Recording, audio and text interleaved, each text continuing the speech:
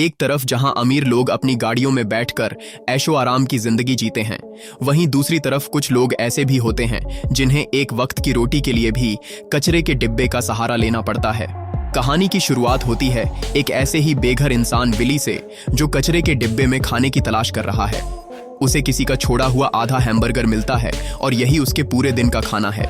लेकिन यहाँ चौंकाने वाली बात यह है कि विली जैसा लाचार इंसान, जो खुद दाने दाने को मोहताज है, वो पिछले 7 दिनों से भीख में मिले पैसों को जोड़ रहा था।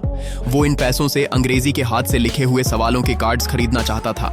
जब वो काउंटर पर पैसे चुकाने जाता है तो वहां खड़ी एक छोटी बच्ची उसे देखकर अपना मुंह सिकोड़ लेती है। विली बिना कुछ कहे चुपचाप अपने पैसे काउंटर पर रख देता है और बाहर की तरफ चल पड़ता है। बच्ची की माँ उन पैसों से कार्ड्स खरीदकर विली को दे देती है। अब यहाँ सवाल ये उठता है कि विली को इन कार्ड्स की क्या जरूरत थी। असल में इसके पीछे एक बेहद भावुक कहानी है। कुछ दिन पहले एक रात विली को कचरे में एक जली हुई डायरी मिली थी, जिसने उसकी पूरी जिंदगी बदल कर रख दी।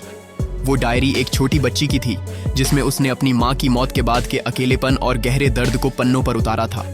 विली खुद भी बेहद अकेला था, इसलिए उस बच्ची का दर्द सीधे उसके दिल को छू गया। 2 अकेले दिल मानो एक दूसरे से जुड़ गए थे।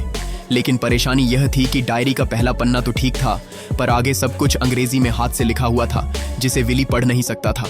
उसने पास के एक दूसरे बेघर इंसान से मदद मांगी, लेकिन बदले में उसे सिर्फ गालियां मिली। उस रात विली सो नहीं पाया, ठंड की वजह से नहीं, बल्कि इसलिए क्योंकि अब उसके पास किसी की यादें थीं। अगली सुबह एक धर्मगुरु वहां उपदेश देने आया, जो कह रहा था कि भगवान सबकी मदद करते हैं। विली ने उससे डायरी पढ़ने की गुजारिश की, लेकिन उसने यह कहकर मना कर दिया कि उसे दूसरों की मदद करने जाना है। इन ढोंगियों की बातें विली को समझ नहीं आईं, क्योंकि एक भूखे के लिए इन किताबों से ज्यादा जरूरी एक सूखी रोटी होती है। खैर, अब इन नए कार्ड्स की मदद से विली के लिए डायरी पढ़ना थोड़ा आसान हो गया था। तभी डायरी पढ़ते हुए विली को पता चलता है कि उस बच्ची को बादलों के गरजने से बहुत डर लगता है, और इत्तेफाक से विली भी बिजली कड़कने से डरता था। अचानक मौसम बदलता है और आसमान में जोर से बिजली कड़कने लगती है। विली डर के मारे अपने छोटे से गत्ते के डिब्बे में दुबक जाता है और डायरी को सीने से लगा लेता है। ये डायरी अब उसके लिए सिर्फ एक किताब नहीं, बल्कि एक सच्चा दोस्त बन चुकी थी। अगले दिन धूप निकलने पर वो डायरी लेकर छत पर जाता है और उसे बड़े प्यार से सहलाता है। वो एक फेंकी हुई पेंसिल को दीवार पर घिसकर नुकीला बनाता है और डायरी के खाली पन्नों पर उस बच्ची से बात करने की कोशिश करता है। वो उसे अपना नाम बताता है, अपनी जिंदगी के बारे में लिखता है और यह भी बताता है कि भीख मांगते समय उसे किन मुश्किलों का सामना करना पड़ता है। विली को छत पर अकेले खड़े होकर शहर को देखना पसंद था, और वो अक्सर सोचता था कि काश वो एक पंछी बनकर यहाँ से दूर उड़ जाए। बेघर लोगों की जिंदगी बहुत बेरहम होती है। रात को लोग उन पर हमला कर देते हैं। कुछ दिन पहले ही किसी ने विली का स्लीपिंग बैग छीन लिया था, इसलिए वो रात भर जागता और अपनी सारी बातें डायरी में लिखता। फिर वो उन पन्नों का कागज का हवाई जहाज बनाकर हवा में उड़ा देता, यह सोचकर कि शायद ये उस बच्ची तक पहुंच जाए। डायरी में बच्ची ने लिखा था कि वो भी दोस्तों के लिए तरसती है, लेकिन कोई उस पर ध्यान नहीं देता। उसकी माँ ने मरते वक्त कहा था कि जब भी वो अकेली होगी, भगवान एक फरिश्ता भेजेंगे, पर वो फरिश्ता कभी नहीं आया। विली की जिंदगी ऐसे ही चल रही थी। लेकिन तभी एक रात वहां कुछ अमीर लड़के अपनी महंगी गाड़ी से आते हैं। वो 2 बेघर लोगों को आपस में लड़ाकर जीतने वाले को $50 देने का खेल खेल रहे थे। विली बस तमाशा देख रहा था। तभी एक बड़े से आदमी ने उसे पीछे से धक्का दे दिया और दोनों के बीच लड़ाई शुरू हो गई। विली गुस्से में आ जाता है और उस ठंडी सड़क पर दोनों एक दूसरे पर घूंसे बरसाने लगते हैं। आखिरकार विली भारी पड़ता है और वो $50 जीत जाता है। जब वो अमीर लड़का विली का हाथ हवा में उठाता है तो विली को पहली बार अपनी अहमियत का एहसास होता है। लेकिन वो यह नहीं जानता था कि वो अमीर लड़के सिर्फ अपने मनोरंजन के लिए इन गरीबों का तमाशा बना रहे थे। अब विली उन पैसों से खाना खाने के बजाय एक अच्छे होटल में कमरा लेता है। वो नहाकर अपने शरीर की सारी गंदगी साफ करता है और मखमली बिस्तर पर लेटकर टीवी देखता है। लेकिन शायद उसे डर था कि उसे इस आराम की आदत ना पड़ जाए, इसलिए वो बिस्तर छोड़कर बर्फीले फर्श पर सो जाता है। अगले दिन वो फिर से सड़कों पर आ जाता है। वहां उसे वही व्हील चेयर वाला बेघर इंसान मिलता है जो कल उसकी गली के पार था। वो धूप में बहुत मशक्कत कर रहा था, तो विली उसकी मदद करने जाता है, लेकिन वो बूढ़ा सिपाही गुस्से में मना कर देता है। तब विली एक शर्त रखता है कि अगर तुम मुझे यह डायरी पढ़कर सुनाओगे तो मैं तुम्हें जहां जाना है वहां ले जाऊंगा। वो बूढ़ा मान जाता है। बातों बातों में पता चलता है कि उसका नाम लिटिल फिंगर है और वो एक रिटायर्ड फौजी है जिसके पास कभी राष्ट्रपति के साथ की तस्वीर थी। वो आज अपनी उस मेडल को गिरवी रखने आया था जो उसने अपने पैरों को खोकर कमाया था। लेकिन दुकान का मालिक उस मेडल की कीमत सिर्फ $15 लगाता है, जिससे उस फौजी के आत्मसम्मान को ठेस पहुंचती है और वो बिना मेडल बेचे बाहर आ जाता है। रात को दोनों को कचरे के डिब्बे से चिकन के 2 बड़े टुकड़े मिलते हैं जिन पर चींटियां लगी थीं, पर कम से कम आज वो भूखे नहीं सोएंगे। लिटिल फिंगर के आने से विली का अकेलापन कम होने लगा था। जब कोई विली से उसके सपने के बारे में पूछता तो वो बस इतना कहता कि वो अकेले मरना नहीं चाहता। अचानक एक दिन विली को एक आवारा कुत्ता मिलता है। जब वो उसे गले लगाकर भीख मांगता है तो लोग तरस खाकर ज्यादा पैसे देते हैं, लेकिन विली उन पैसों से खुद खाने के बजाय उस कुत्ते के लिए मीट का कैन खरीदता है। वहीं बैठकर वो डायरी का अगला पन्ना सुनता है, जहां बच्ची ने लिखा था कि कुछ लोग जिंदगी में बस थोड़ी देर के लिए आते हैं और जब जाते हैं तो आप फिर से अकेले रह जाते हैं। ये बातें विली के दिल को चीर देती हैं, क्योंकि अब वो कुत्ता भी जा चुका था और वो फिर अकेला था। वो अकेलेपन से बचने के लिए बस में बैठ जाता ताकि लोगों के बीच रह सके। दिन बीतते हैं और नया साल आता है।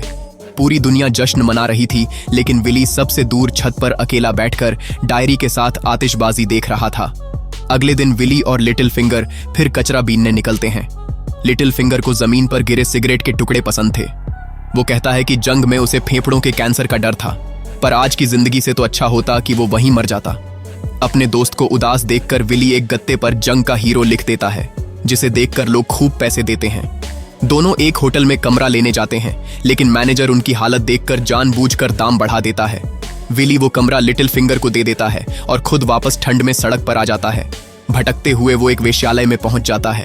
उसने कभी किसी औरत को नहीं छुआ था, वो घबराया हुआ था। जब वहां की औरत काम शुरू करने लगती है तो विली उसे रोक देता है। औरत पूछती है कि तुम्हें क्या चाहिए। विली कहता है, मुझे वो प्यार चाहिए जो इंसान को अंदर से गर्माहट दे, जो जिंदगी से दोबारा प्यार करना सिखाए।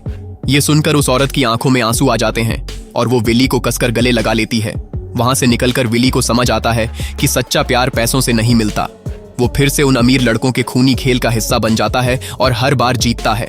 वो अमीर लड़का विली को अपना दोस्त कहता है, जिससे विली को अच्छा लगता है, पर असल में वो विली का इस्तेमाल कर रहा था। अब विली के पास पैसे थे, होटल का कमरा था, पर उसकी रात की नींद उड़ चुकी थी। वो पहले से ज्यादा अकेला हो गया था। सर्दियों की एक बहुत ठंडी रात को लिटिल फिंगर ठंड से कांप रहा था। विली उसे आग के पास लाता है और बदले में लिटिल फिंगर डायरी आगे पढ़ता है। डायरी में लिखा था कि मां के जाने के बाद उसके शराबी चाचा ने उसे पाल लिया, जो उससे नफरत करता था। बच्ची अब मरकर अपनी मां के पास जाना चाहती थी। यह दर्दनाक कहानी सुनकर लिटिल फिंगर रो पड़ता है और आगे पढ़ने से मना कर देता है। वो विली से कहता है कि मुझसे दोस्ती मत करो, क्योंकि मैंने जंग में एक बेगुनाह बच्ची को मार डाला था। विली को दुख होता है, पर वो फिर भी उसे अपना दोस्त मानता है। लेकिन लिटिल फिंगर ग्लानि के मारे वहां से चला जाता है और फिर कभी नहीं मिलता। तभी एक रात वो अमीर लड़का फिर आता है। विली अपने कथित दोस्त को खुश करने के लिए सामने वाले को बुरी तरह पीटने लगता है, लेकिन तभी वो पहला वाला काला आदमी विली पर पीछे से हमला कर देता है। अपने दोस्त को खतरे में देखकर विली पास पड़ा एक लोहे का बर्तन उठाता है और उस आदमी के सिर पर दे मारता है। वो आदमी वहीं ढेर हो जाता है।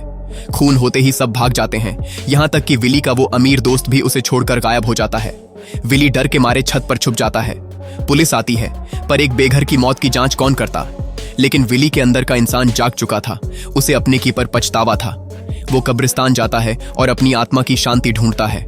रास्ते में उसे एक मरी हुई चिड़िया मिलती है, जिसे वो अखबार में लपेटकर पेड़ पर रख देता है, क्योंकि उसका मानना था कि परिंदों की जगह आसमान में होती है। एक दिन विली को उसी दुकान में लिटिल फिंगर का वो मेडल दिखता है। वो बिना सोचे समझे अपने आखिरी $50 देकर उसे खरीद लेता है, ताकि अपने दोस्त को सरप्राइज दे सके। उस रात भयंकर ठंड थी। विली जैसे ही अपनी गली में आता है, वो देखता है कि सामने व्हील चेयर पर लिटिल फिंगर शांत बैठा है। विली कंबल लेकर उसके पास भागता है, लेकिन जैसे ही वो उसे छूता है, उसे पता चलता है कि लिटिल फिंगर की सांसें थम चुकी हैं। विली का दिल टूट जाता है और उसकी आंखों से आंसू बहने लगते हैं। वो अपने दोस्त का अंतिम संस्कार करता है और उस मेडल को वहीं छोड़ देता है।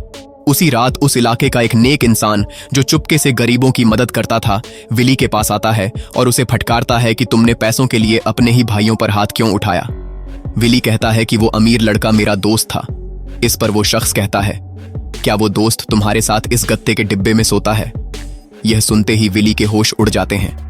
उसे समझ आता है कि वो सिर्फ अमीर जादों के मनोरंजन का खिलौना था। गुस्से और शर्म में वो कचरे के डिब्बों को पीटने लगता है। वो तय करता है कि अब वो उस बच्ची की डायरी नहीं पढ़ेगा, क्योंकि वो खुद को एक बुरा इंसान मानने लगा था। वो सेना में भर्ती होने जाता है ताकि देश के लिए मर सके, पर उम्र ज्यादा होने के कारण उसे मना कर दिया जाता है। तभी वो अमीर लड़का फिर से अपनी महंगी गाड़ी में नए रईस सजादों को लेकर आता है। वो इन बेघर लोगों को अपना गुलाम समझता था। इस बार कोई लड़ने को तैयार नहीं था तो उसने इनाम की रकम $100 कर दी। एक बेहद कमजोर बूढ़ा आदमी भूख और ठंड से मरने के डर से लड़ने के लिए खड़ा हो जाता है। वो लड़का विली को देखता है और उसे उकसाता है कि या तो तुम इस बूढ़े को पीटो या खुद पीटो। विली मैदान में आता है, लेकिन वो चुपचाप खड़ा रहता है। वो बूढ़े के कमजोर घूंसे अपने बदन पर खाता है और घुटनों के बल बैठ जाता है। वो अपने पुराने पापों का प्रायश्चित कर रहा था। यह देखकर वो अमीर लड़का चिढ़ जाता है और अपनी इंसानियत भूलकर उस बच्ची की डायरी को आग के हवाले करने की धमकी देता है। विली के सामने एक तरफ वो कमजोर बूढ़ा था और दूसरी तरफ उसकी सबसे प्यारी डायरी। विली उस बूढ़े पर हाथ उठाने से मना कर देता है। वो लड़का डायरी को आग में फेंक देता है। विली पागलों की तरह आग में हाथ डाल देता है और डायरी को बचाने की कोशिश करता है, लेकिन डायरी पूरी तरह जलकर राख हो जाती है और विली के हाथ बुरी तरह झुलस जाते हैं। अस्पताल के बिस्तर पर लेटा विली पूरी तरह टूट चुका था। डायरी तो जल गई थी, लेकिन उसकी एक एक बात विली को जुबानी याद थी। वो जोर जोर से डायरी की बातें बुदबुदाने लगता है और उसकी आवाज लाउडस्पीकर के जरिए पूरे अस्पताल में गूंज उठती है। तभी पास के कमरे से एक लड़की बाहर आती है, जिसके चेहरे पर भी जलने के निशान थे। वो विली की बातें सुनती है और समझ जाती है कि यही वो फरिश्ता है जिसके बारे में उसकी माँ ने कहा था। इधर उस नेक रक्षक को जब इस बात का पता चलता है तो वो उस अमीर लड़के की गाड़ी को घेर लेता है। वो उनसे पैसे नहीं मांगता, बल्कि उन दोनों दोस्तों को आपस में तब तक लड़ने के लिए कहता है जब तक एक अधमरा ना हो जाए। वो लड़के आपस में ही लड़ने लगते हैं। कुछ दिनों बाद विली ठीक होकर वापस उसी सड़क पर आ जाता है। डायरी के जाने के बाद उसकी जिंदगी का मकसद खत्म हो चुका था। वो एक चलती फिरती लाश बन चुका था। तभी वहां से गुजर रही वही जलते हुए चेहरे वाली छोटी बच्ची सड़क पार करके विली के सामने आकर खड़ी हो जाती है। दोनों की आंखें मिलती हैं और बिना कुछ कहे विली समझ जाता है कि यही उस डायरी की असली मालकिन है। विली आगे बढ़ता है और एक फरिश्ते की तरह उस बच्ची को गले से लगा लेता है। दो तन्हा रूहें आखिरकार एक हो जाती हैं और उनका अकेलापन हमेशा के लिए खत्म हो जाता है। अगर आपको यह दिल छू लेने वाली कहानी पसंद आई हो तो चैनल को लाइक और सब्सक्राइब जरूर करें, ताकि हम आपके लिए ऐसी ही और बेहतरीन कहानियां लाते रहें।